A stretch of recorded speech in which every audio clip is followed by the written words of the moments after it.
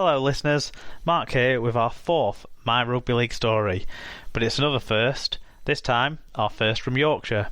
Long-time SLP listener Craig Malson has sent us an email with what I'm guessing is a very abbreviated version of his rugby league story as a Castleford fan. So here's the story of the artist formerly known as the ex-pat-Cas-fan.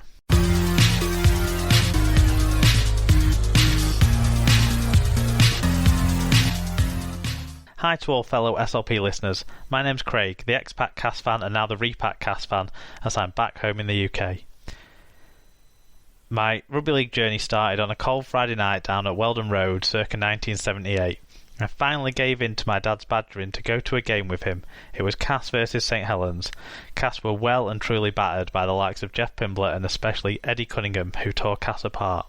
Dad, after dragging me to the game, wanted to leave at 28-0, but I was having none of it. I was hooked. The floodlights, the colour, the smell of the hot chips and the roar of the crowd had me entranced. I remember back then it was £2 for a season ticket, and after that I never missed a game. It was the highlight of my week watching my heroes put everything on the line for the team, the club and the town.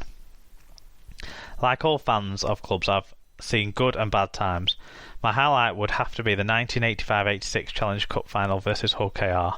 We were 15-14 up and they had a conversion to win it in the last minute. I thought I was going to have a cardiac arrest, and I was only 19. Such was the tension and what it means to win a game like that for all of us, I'm sure. Thankfully, the kick missed can cue unbridled joy. I've recently returned home after living in Australia, but always managed to keep up with events and watch games there as they are shown on TV. When we arrived in Australia, me and my brother, after the initial settling in period, needed a team to support to fill the no Cas void. We decided that we would follow the first team we saw run on the pitch on our first viewing of a game. That team was Eastern Suburbs Roosters. In hindsight, a great choice, but back then not so much at all. They went on to lose that game 44-0 to a Brett Kenny and Peter Sterling Parramatta team full of stars. But it was too late to change. We were committed.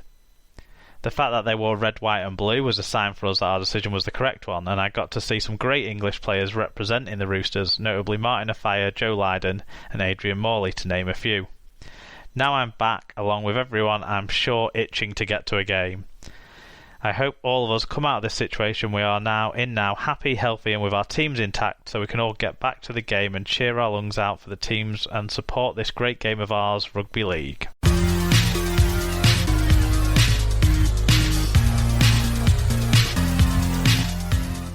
Brill, thanks to Craig for sharing his story and for all his input over the years of SLP so far. Hopefully it won't be too long until Craig can get back down the lane and be sending in his fan views on the matches for us to share with you all when some sort of normalcy returns.